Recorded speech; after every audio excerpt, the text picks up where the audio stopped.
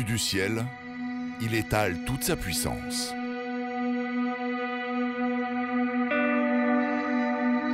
Le fils du dieu Brahma est un géant capricieux.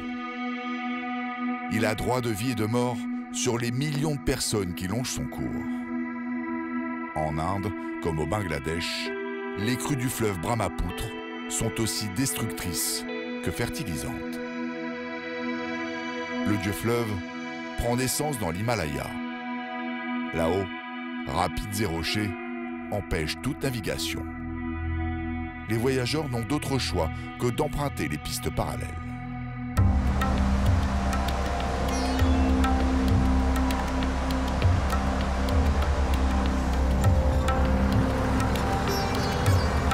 En Inde, dans les contreforts de l'Himalaya, Rajkumar est l'un des rares taxis à oser défier la montagne. Il faut dire que la piste est loin d'être rassurante.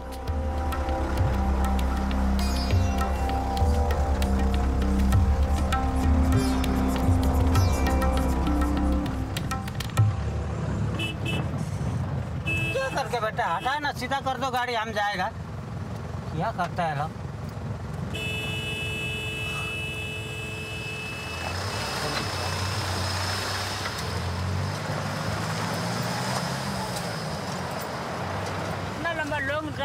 C'est un voyage éprouvant. On est toujours très inquiet quand on prend cette route.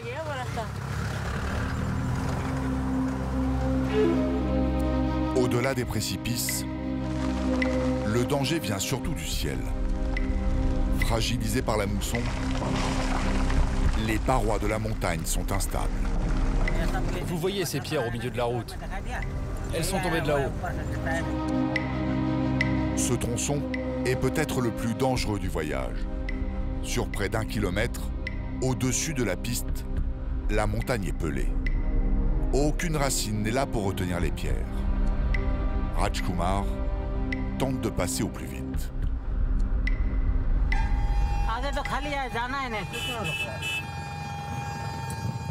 Un camion arrive en sens inverse et la piste n'a qu'une voie. Maintenant, tout le monde est à l'arrêt sous une pluie de cailloux.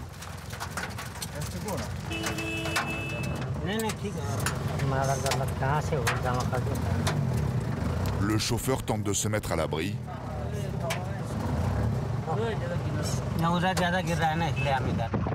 Comme ce voyageur, paniqué, qui a abandonné sa voiture.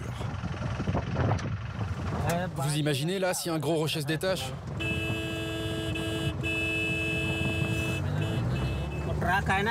C'est ce qui est arrivé il y a quelques mois. Un énorme bloc est tombé et il a réduit un camion en bouillie.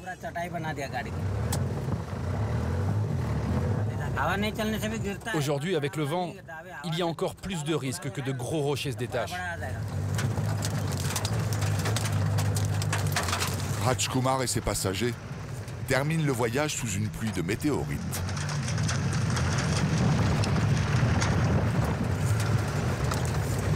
Longer le dieu fleuve, comme parcourir ses flots, demande une sacrée dose de courage. Le Brahmapoutre s'étire sur 2900 km, traversant la Chine, l'Inde et le Bangladesh. 100 millions de personnes dépendent de ces eaux. En Inde, le fleuve traverse des vallées perdues.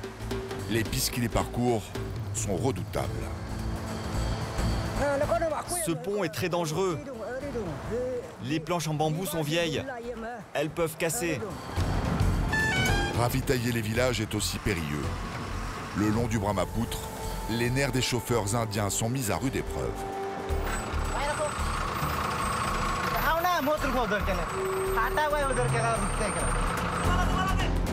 Au Bangladesh, le fleuve est bien souvent le seul moyen de transporter hommes et bêtes. C'est déjà arrivé que le bateau chavire, des gens sont morts noyés. Prendre un ferry n'est pas plus rassurant.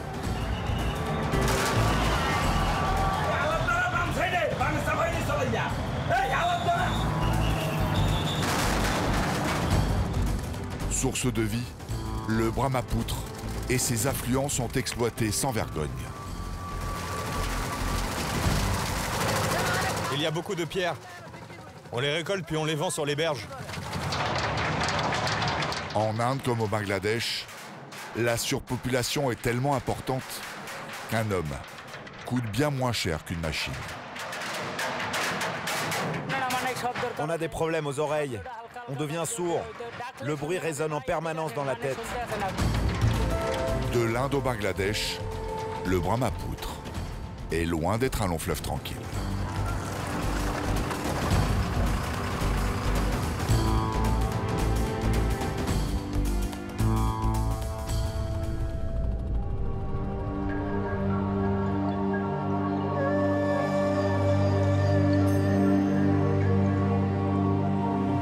Aux confins de l'Inde, le métier de chauffeur routier prend une autre dimension. Il y a comme un goût d'aventure, la sensation d'ouvrir chaque fois une nouvelle voie, tellement la route est hostile.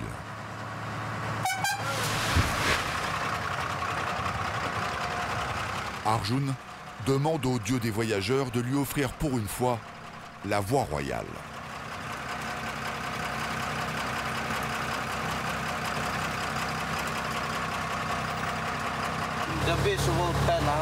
Je fais ça tous les matins, avant de prendre la route. Je prie le dieu Ganesh pour qu'il me protège durant le voyage.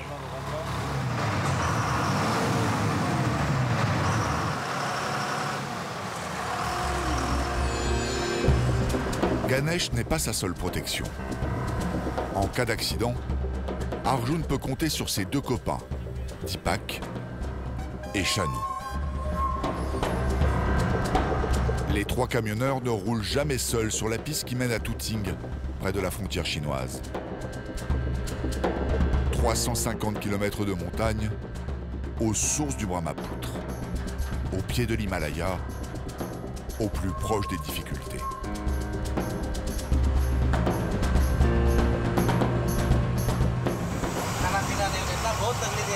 On est très peu à prendre le risque de rouler sur cette piste.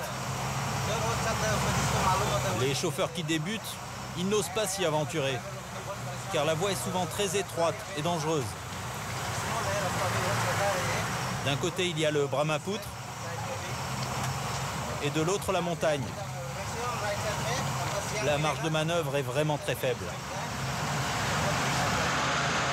Surtout dans leurs vieux camions.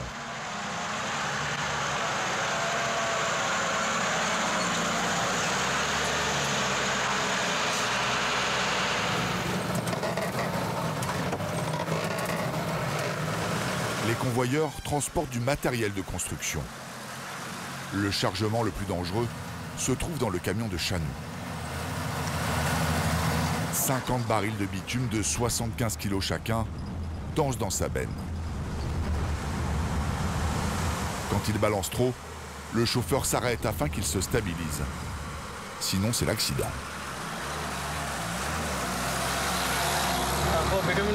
Quand on transporte du bitume, le camion tangue. Dans les virages et au moindre nid de poule, les barils se balancent et ça peut faire basculer le camion.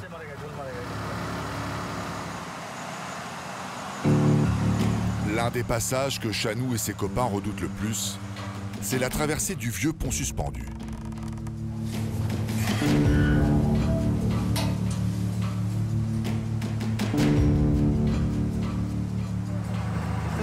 J'ai peur qu'une planche cède sous le poids du camion et que je reste coincé avec une roue dans le vide.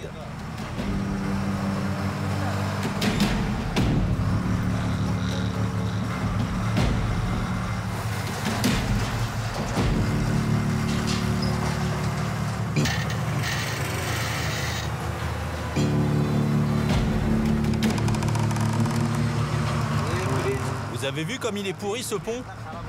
Il est vraiment trop vieux.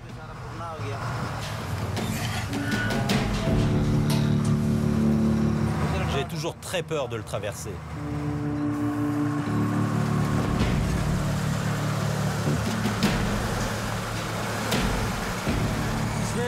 Quand on s'engage sur ce pont, il faut regarder partout. Sur les côtés, devant On doit rouler très lentement et rester bien au milieu. Il ne faut surtout pas que les barils de bitume fassent tanguer le camion, qui lui-même ferait balancer le vieux pont. Un mouvement perpétuel que l'ouvrage risquerait de ne pas supporter.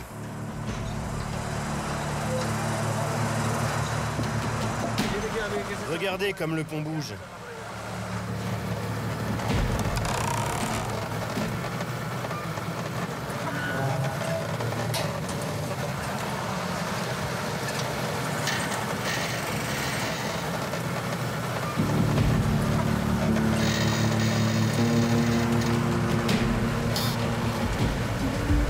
Cette fois encore, il a tenu.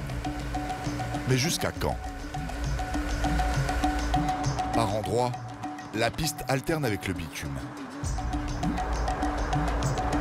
Malgré les éboulis, c'est une aubaine pour les convoyeurs. Ils peuvent ainsi rouler plus vite. Les trois hommes ne sont payés qu'à la livraison de la marchandise, peu importe le nombre de jours passés sur la route.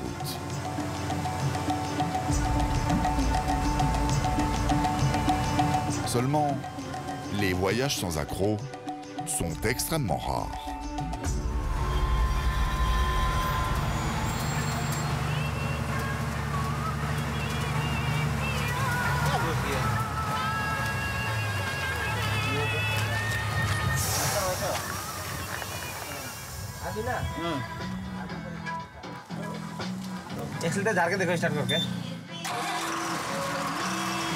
Une courroie est en train de lâcher.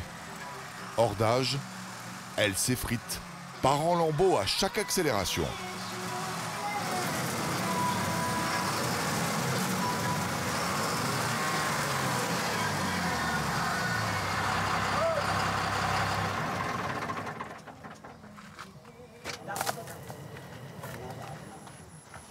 Il n'y a aucun garage dans les environs. On n'a pas le choix. On est obligé de tout faire nous-mêmes. Si l'on ne s'y connaissait pas en mécanique, on aurait dû attendre 2 ou 3 jours pour réparer la panne. Même s'ils viennent de perdre 1 heure, les convoyeurs ont bien roulé. Demain, c'est une autre histoire qui les attend. Les 160 derniers kilomètres nécessitent 2 jours de voyage, quand tout va bien.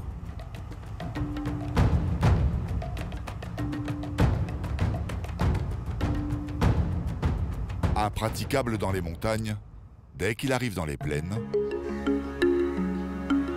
le Brahmapoutre devient navigable sur près de 1300 km. Une autoroute fluviale empruntée chaque année par des milliers d'éleveurs bangladais. Tous préfèrent le bateau, plus rapide et plus sûr que le camion. Enfin, presque.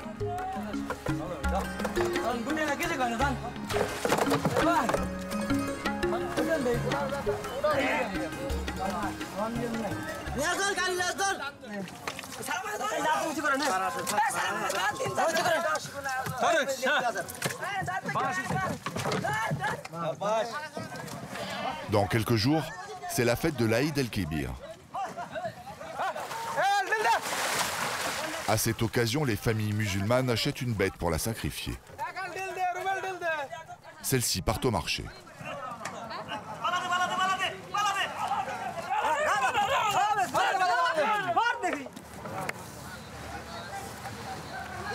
C'est la seule période de l'année où j'ai autant de vaches à transporter. Le reste du temps, c'est plus dur de gagner ma vie. Sur sa bétaillère flottante, Manik charge une trentaine de vaches de 500 kilos. Je répartis bien le poids sur le bateau, car s'il est déséquilibré, ce sera vraiment dur de maintenir le cap.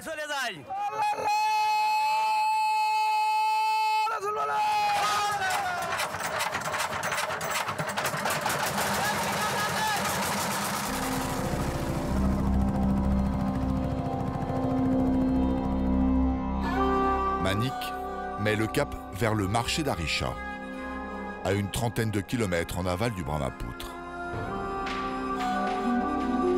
Il a donc le courant avec lui. Seulement, cette partie du fleuve demeure imprévisible. les bancs de sable changent constamment de place, créant des pièges là où Manik ne les attend pas.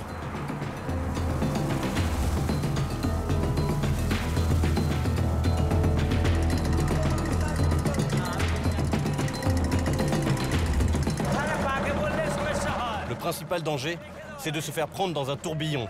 Il y en a par ici. Le bateau devient alors incontrôlable.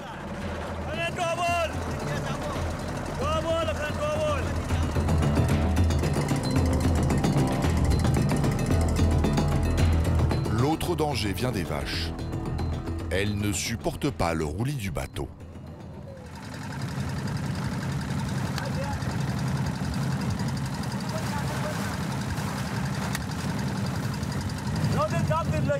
Je tape sur mes vaches pour éviter qu'elles sautent à l'eau. Elles ne pourraient pas nager très longtemps. Et si elles meurent, je suis ruiné. Le bateau peut chavirer aussi. C'est déjà arrivé. Et plusieurs personnes sont mortes noyées. Devenir éleveur était le rêve de sa vie. Gulger a économisé pendant 25 ans avant de pouvoir se payer 2 vaches. Quelques années plus tard, elles ont fait des petits. Et il est fier d'avoir sorti sa famille de la pauvreté. On a souffert pendant longtemps. Pour manger, on devait parfois se contenter de soupe de riz et de maïs bouilli. Aujourd'hui, regardez, j'ai 7 belles vaches. Et avec l'aide de Dieu, je vais les vendre et gagner beaucoup d'argent pour fêter l'Aïd.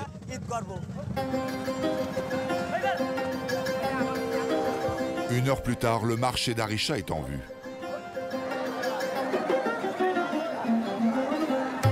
Ici, des milliers de bêtes changent de main en quelques heures.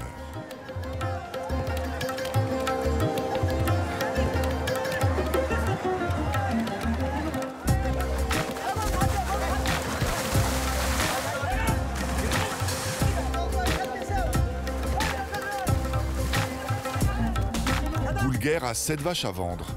Mais ce jour-là, il a bien failli ne jamais voir la couleur d'un billet. Les bêtes sont surexcitées, incontrôlables.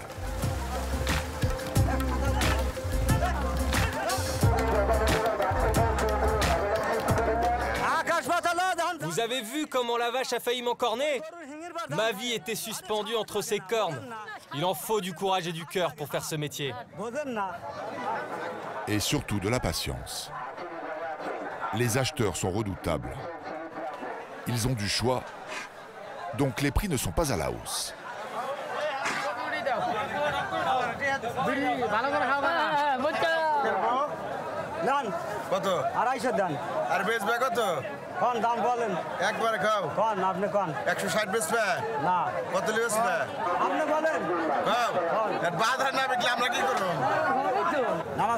n'y a pas assez de clients, c'est dur de négocier. Et les acheteurs ne font pas de cadeaux. La vache de ce paysan s'est cassé une patte à la descente du bateau.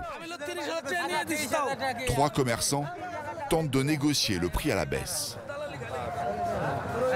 « 350 € alors qu'elle en vaut 700.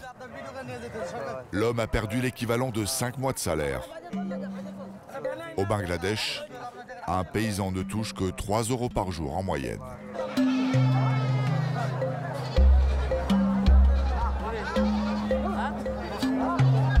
En fin de journée, Gulger est lui aussi quelque peu désabusé. Ses rêves s'envolent. Je n'ai vendu aucune vache, pas une. Il n'y a pas d'acheteurs cette année. On ne peut pas gagner notre vie comme ça. Demain, le paysan embarquera ses vaches vers un nouveau marché, en espérant avoir plus de chance.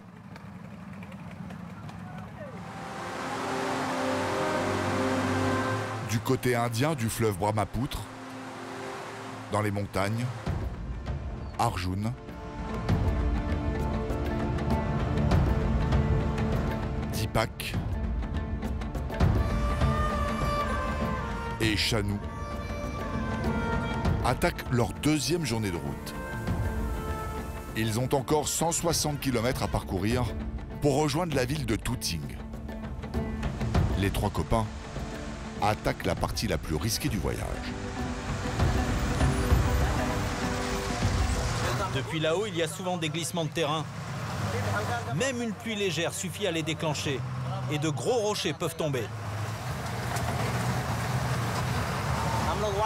Il nous est arrivé d'être bloqués ici pendant 1 mois. Pour manger, on a dû aller cueillir des feuilles et des baies dans les bois. On allait aussi pêcher dans les rivières.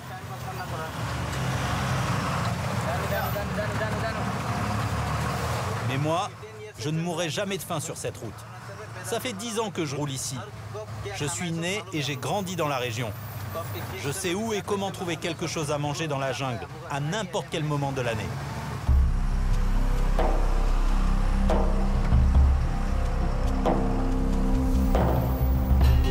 Les convoyeurs ne dépassent pas les 15 km/h.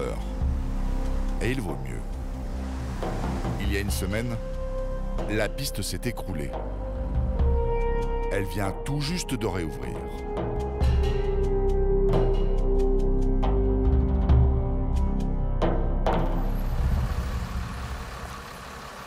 Arjun est le premier à s'élancer.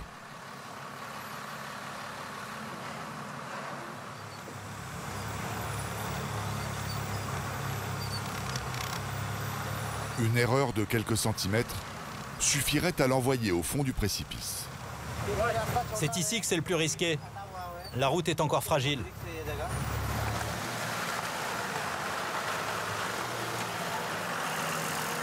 Chanou, qui a le camion le plus lourd, n'est pas très rassuré.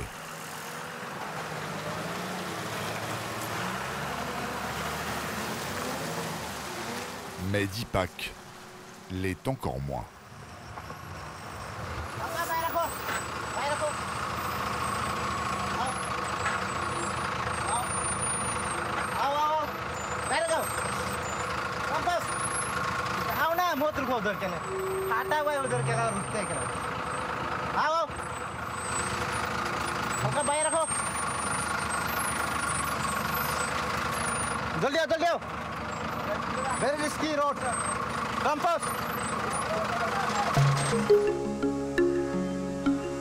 Après cette grosse émotion, les chauffeurs font une pause.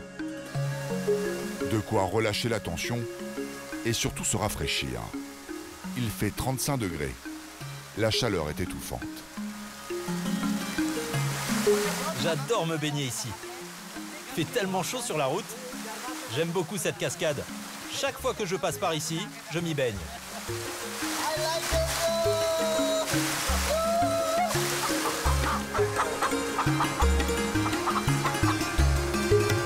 On a tous besoin d'une pause. Cette poule voyage avec nous depuis le départ.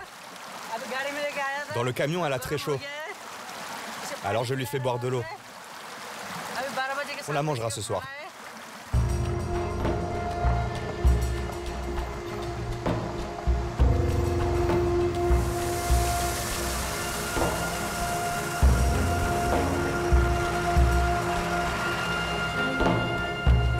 Chaque kilomètre arraché à la piste est une petite victoire. Même si la route est encore longue et semée d'embûches.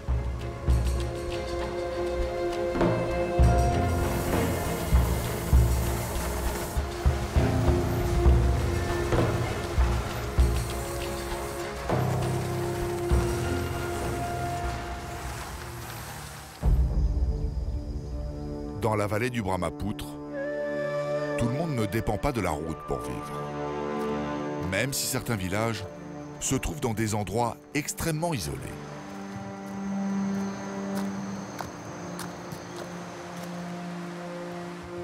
Seule cette passerelle suspendue relie la tribu des Hadi à la civilisation.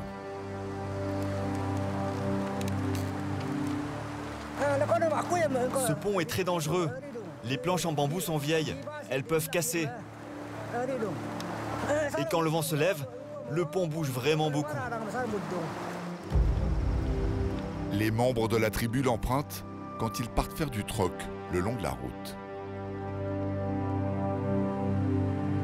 Les Hadis vivent quasiment en autarcie. Les seuls produits qu'ils achètent de temps en temps sont le sucre, le thé, le sel et quelques vêtements.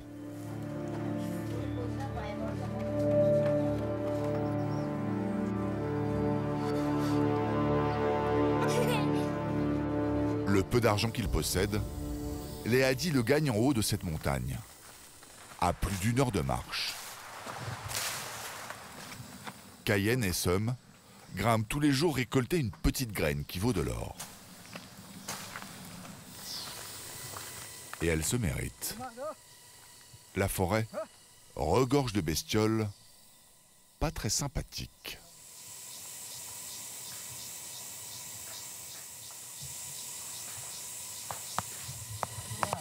Ce sont des sangsues. Elles nous sucent le sang. Si on ne les tue pas, elles vont se reproduire et ça va être encore pire. Il y en a tellement.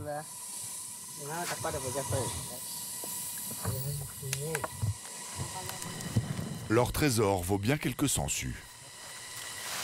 La cardamome est une épice très recherchée. Ses graines parfument les plats, mais la récolter n'est pas chose facile.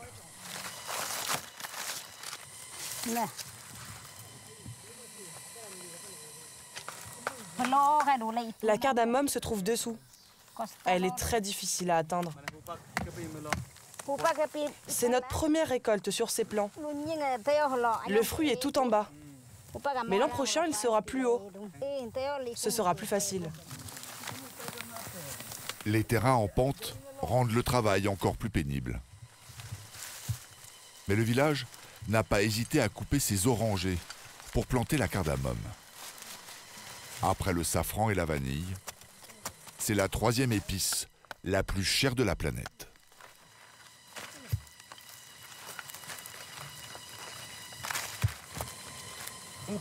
On s'est mis à cultiver la cardamome car c'est beaucoup plus rentable que les oranges ou le gingembre. 1 kilo d'orange se vend à peine 60 centimes, tandis que la cardamome, on la vend presque 5 € le kilo, 10 fois plus. Chaque famille gagne environ 300 € par an. Ce n'est pas grand-chose, mais cela suffit largement pour vivre dans la vallée du Brahmapoutre.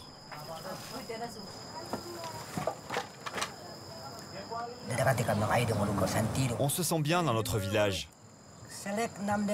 Nos aïeux ont choisi de s'installer ici car c'est facile de trouver de quoi se nourrir. On a le fleuve pour pêcher et la forêt pour chasser. Seulement leur paradis pourrait bien disparaître. Le village se trouve à un endroit stratégique du grand fleuve.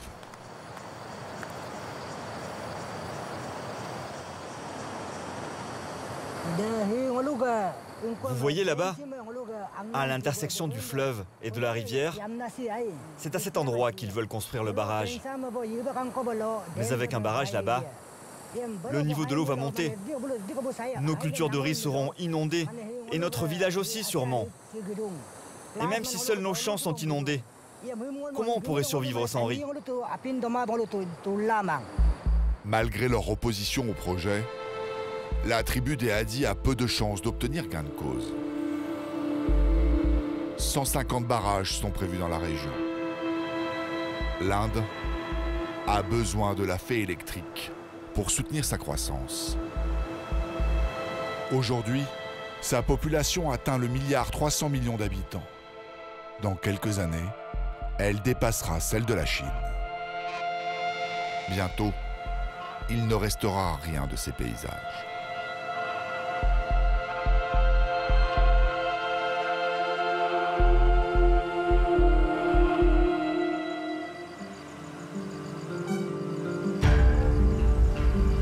Voilà maintenant 16 heures que les 3 convoyeurs conduisent quasiment sans interruption.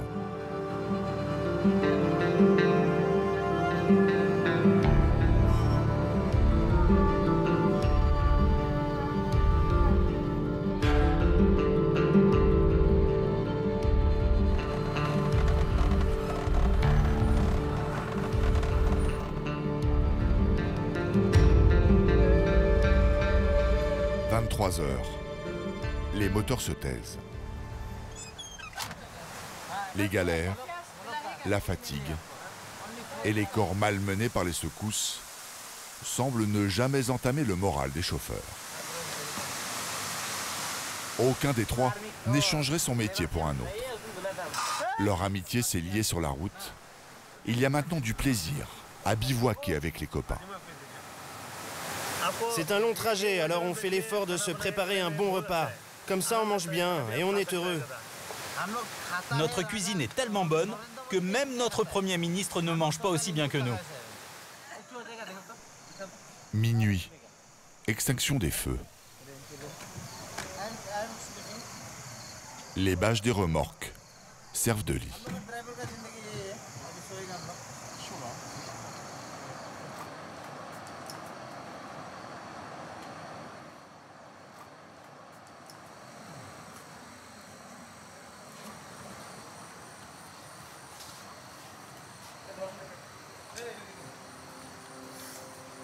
Au petit matin du 3e jour, les chauffeurs n'ont parcouru que 270 km.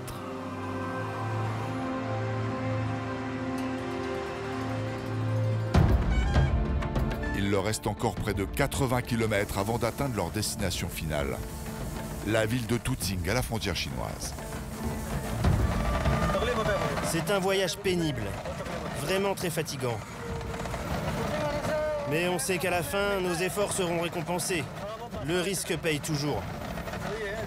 Pour un aller-retour à Tuting, on peut gagner jusqu'à 400 €.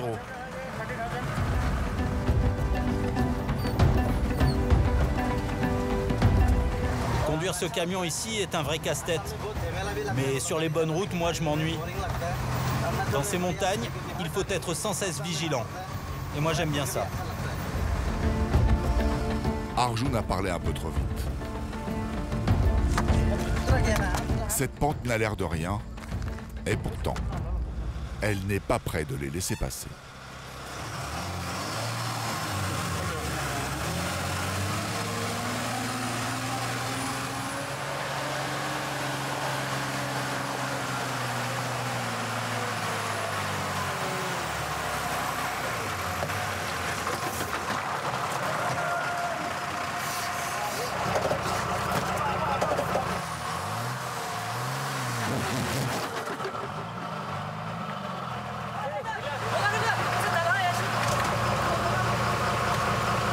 Tout juste 2 mètres de grappillé en 1 heure. Et encore.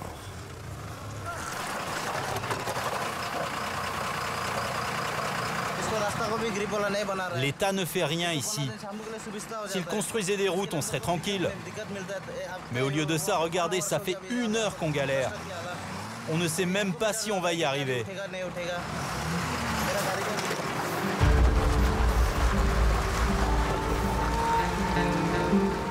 L'Inde et le Bangladesh sont des pays de contraste. D'un côté, ils sont devenus des géants de l'informatique ou encore de la confection textile. Mais de l'autre, les moyens industriels sont parfois obsolètes. Leur croissance économique est forte, mais la pauvreté persistante. Pour survivre, Indiens et Bangladais exercent encore des métiers d'un autre âge.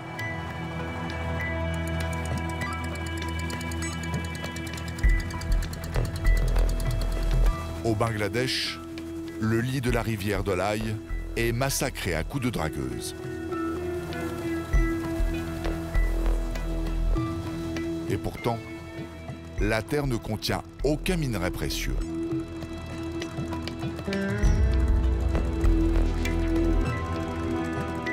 Ces hommes sont des pêcheurs de cailloux. D'énormes pompes avalent le fond de la rivière et remontent les galets, qui seront ensuite concassés en gravier pour l'industrie du bâtiment.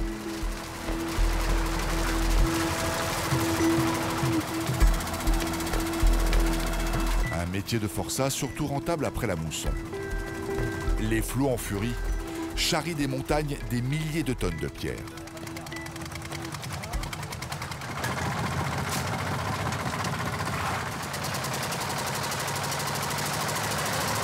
Il y a beaucoup de travail en ce moment. On remplit jusqu'à 7 ou 8 bateaux comme celui-ci chaque jour. Ensuite, on vend les pierres sur la berge là-bas.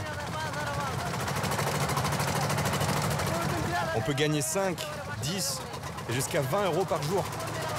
Mais parfois rien du tout.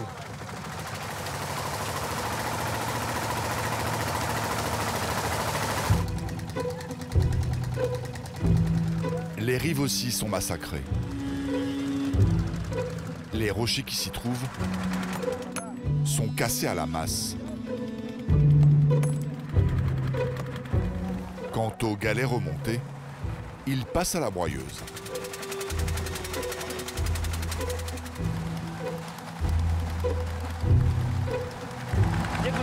C'est un travail très physique, mais on est pauvre. On est obligé de travailler comme ça pour vivre. La chaleur, c'est ce qu'il y a de plus dur. Dans quelques années, les berges de la rivière auront disparu, sacrifiées sur l'autel du dieu croissance. Les tonnes de roches, réduites en gravier, prennent la direction de Dhaka.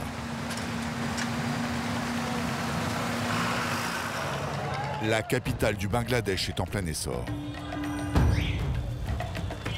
17 millions d'habitants et sa population ne cesse de croître.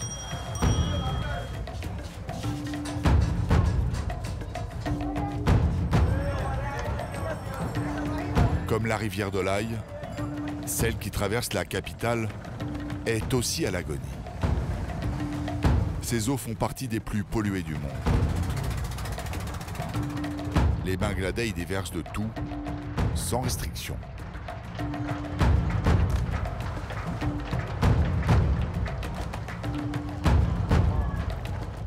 L'un des plus grands pollueurs et pourvoyeurs d'emplois, ce sont les chantiers navals de Keranigrange.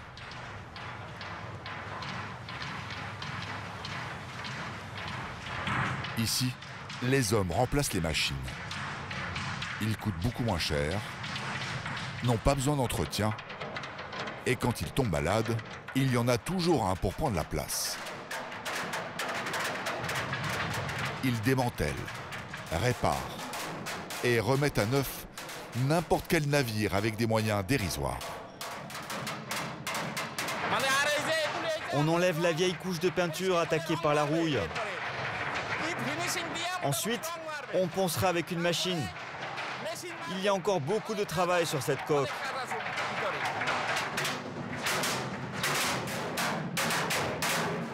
Le bruit est assourdissant. Pour se protéger les tympans, une simple boule de tissu fait office de bouchon. On a des problèmes aux oreilles. Certains d'entre nous deviennent sourds. Ce vacarme résonne en permanence dans la tête. Même moi, je ne supporte plus le bruit. Dès que je suis quelque part et que j'entends du bruit, ça m'énerve. Ça me rend fou. De toute façon, comme on vient travailler ici tous les jours, les bruits de marteau, on les a en permanence dans le crâne. Mais on ne peut rien faire, on doit vivre avec.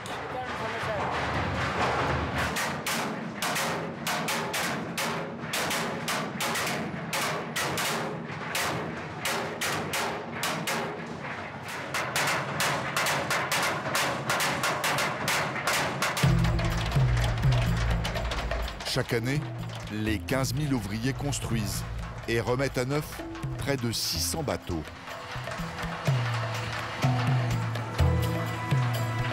Mais paradoxalement, même s'il pollue énormément, le chantier n'en est pas moins écolo.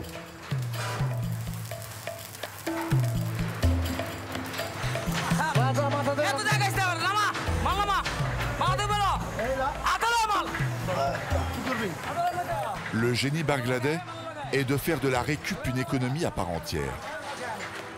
30% des besoins en métal du pays proviennent du recyclage des vieux navires.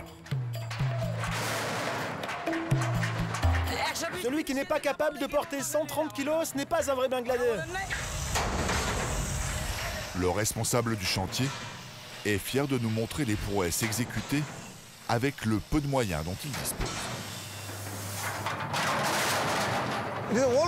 Ça, c'est un vieux bateau. Mais il peut encore naviguer. Son propriétaire voulait l'agrandir. Alors nous, on l'a coupé en deux. On a écarté les deux parties. Et au milieu, on a rajouté cette pièce, toute neuve. Vous voyez, tout ça c'est complètement neuf. On l'a ressoudé ici. Maintenant, c'est un grand bateau. Certains bateaux sont tellement grands que leur proue se trouve à quelques mètres des immeubles d'habitation. Sur le chantier, la cadence est soutenue.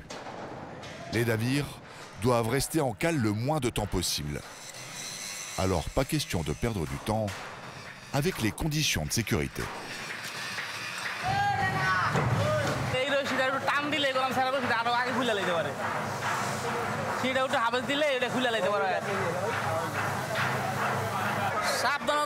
La sécurité? Il n'y en a pas ici. Regardez, tout ce qu'on fait est risqué.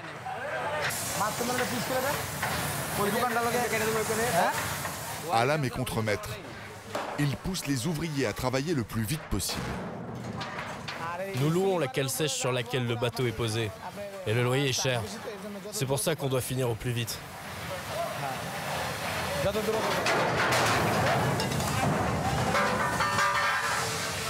Avec les équipements de protection, les ouvriers ne sont pas à l'aise et travaillent mal. Ici, c'est pas comme dans les pays étrangers où les règles de sécurité sont strictes. Chez nous, on achève en une semaine ce qui prendrait au minimum 3 mois dans ces pays. Impossible de savoir combien d'ouvriers se blessent ou meurent chaque année sur le chantier. Mais leur salaire est loin d'être à la hauteur des risques qu'ils prennent. Les plus expérimentés gagnent 10 € par jour.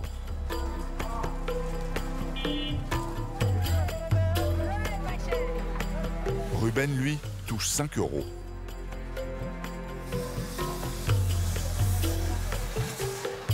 Tout juste de quoi nourrir sa femme et sa fille. Voilà, c'est chez moi. Ici, c'est la cuisine, là, c'est la salle de bain. Tous les trois vivent dans cette chambre de 9 mètres carrés. Ruben espère rapidement monter en grade pour réaliser son rêve. Ce que je voudrais, moi, c'est ouvrir un commerce. Mais il faut de l'argent pour ça. Et avec mon travail sur le chantier, ce n'est pas possible d'économiser. Le mieux pour nous serait qu'il parte travailler à l'étranger. Mais sa mère ne veut pas. C'est ça le problème. La plupart des Bangladais exercent des métiers de fatigue. Les Indiens aussi. Sur la piste, la vie n'est pas plus facile. Arjun, Deepak et Shanu en savent quelque chose. Voilà 3 heures que les chauffeurs essaient de franchir cette petite montée. Seulement, le vieux moteur d'Arjun n'a pas assez de force. Chaque mètre est durement gagné.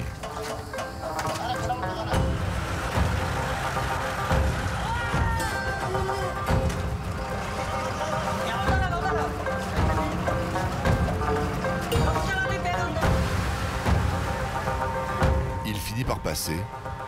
Maintenant, tout le monde prie afin que les 2 autres franchissent l'obstacle sans problème.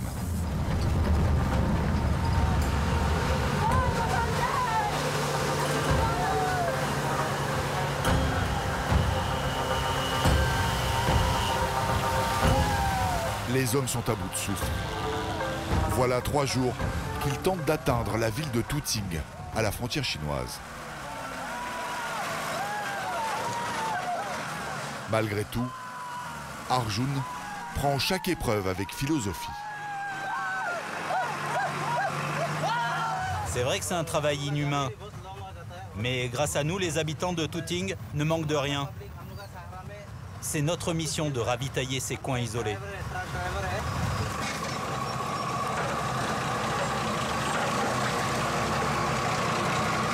Dans la vallée du Brahmapoutre, voyager, livrer, ou encore tout simplement retourner dans sa famille, reste un morceau de bravoure.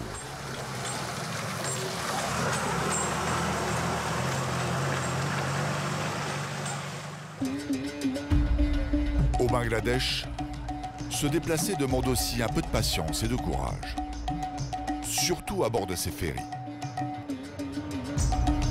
Tous ces bateaux se livrent une bataille navale au sens propre du terme. Les capitaines n'hésitent pas à s'éperonner pour être les premiers à débarquer et recharger le plus rapidement possible les voyageurs.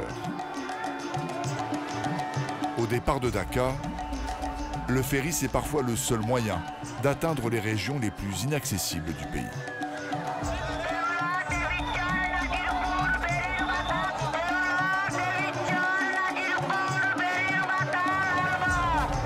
Pressés de repartir, les navires n'accostent pas en douceur.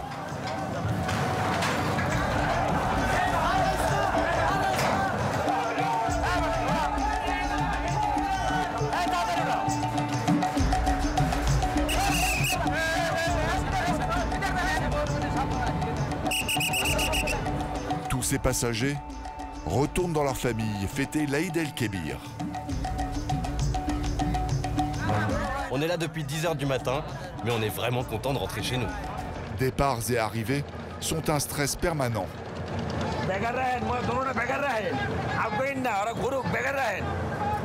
Même pour un vieux loup de mer comme le capitaine Younous.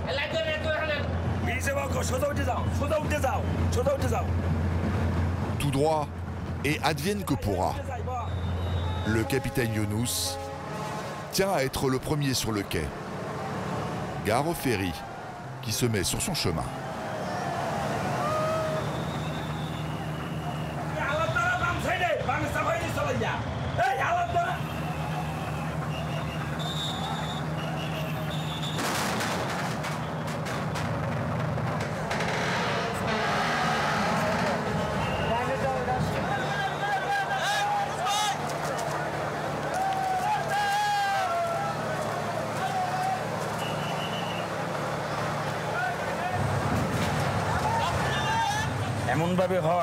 On se fait tous concurrence pour accéder au quai.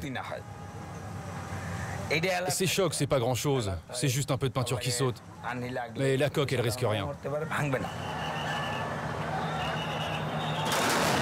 Pour l'instant, il n'y a jamais eu d'accident grave au port. Au large, c'est une autre histoire. Les collisions se font à pleine vitesse. En 10 ans, la bataille des ferries aurait fait près de 1700 morts.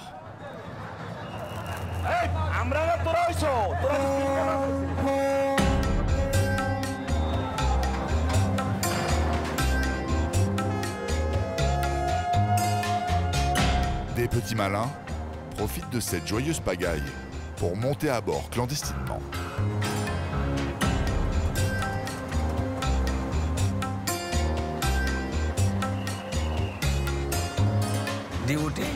Le plus important, c'est d'accomplir mon devoir.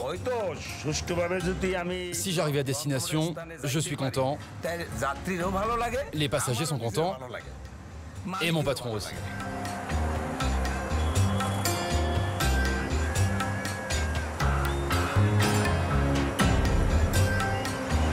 Le patron de Arjun, Deepak Eshanu, n'est pas mécontent lui non plus. Les 3 chauffeurs arrivent à Tooting en un temps record. Ils n'ont mis que 3 jours pour parcourir 350 km. Ils n'en reviennent pas eux-mêmes.